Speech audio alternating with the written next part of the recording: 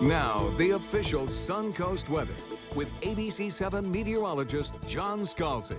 So looking at an air temperature coming in at 65 degrees with the dew point pretty close to it at 62. There's a muggy feel to the air and there's a lot of rain falling in places. This is not going to be the morning where you get away with your intermittent windshield wipers. No, it's going to be kind of a wet day, probably right straight through the afternoon. Now, the nature of the rainfall may change a little as we head into the mid-afternoon period, but there'll still be rain around. We'll look for a east wind at 3, shift to the west as we head into the afternoon, and that low pressure area starts to make its way across the state. Look for temperatures that are pretty uniform from coast to inland areas, generally upper 60s most everywhere you look. No 70s on the map currently, but getting pretty close to it in Venice with 69.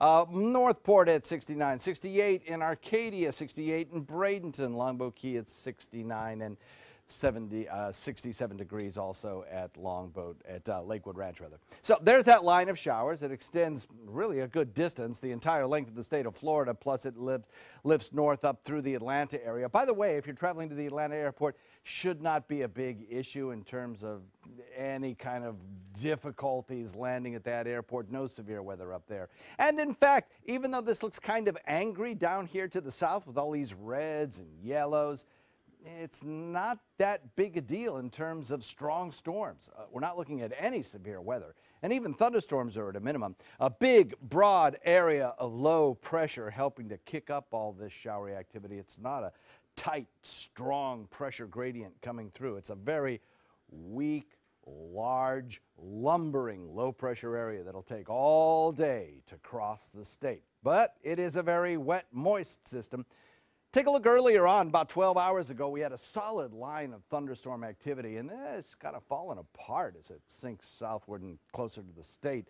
Only a couple pops of lightning in the last hour or so, and really thunderstorm activity is not going to be all that impressive today. If you hear a pop or two of lightning, you know, it's going to be one of the few you hear all day long because there's just not a lot of thunderstorm activity here.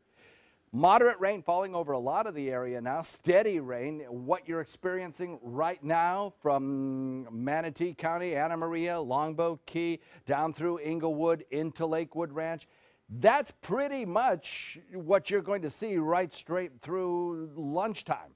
At times the rain will get a little bit heavier, but that'll be a passing period of heavier rainfall.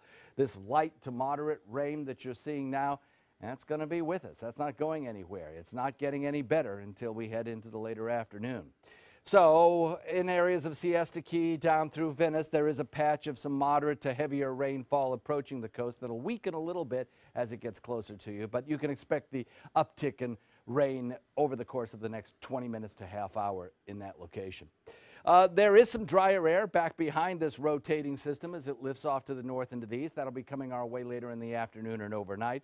But even as that low moves across the state, our winds are still going to be onshore, so we'll still pick up an occasional shower right straight through till tomorrow morning, I think, when that low pressure system actually exits and we start to clear out and get a little bit more sunshine back in here by tomorrow afternoon. Not a great day for boating, don't need to tell you that. Southeast wind switching west at about 10 knots. You'll be dodging showers and an occasional thunderstorm all day long out there. And as we head into the weekend, another front comes through on Saturday. You'll hardly notice it. It won't produce weather, but it will lower our temperature about 5 degrees and bring in some nice dry air.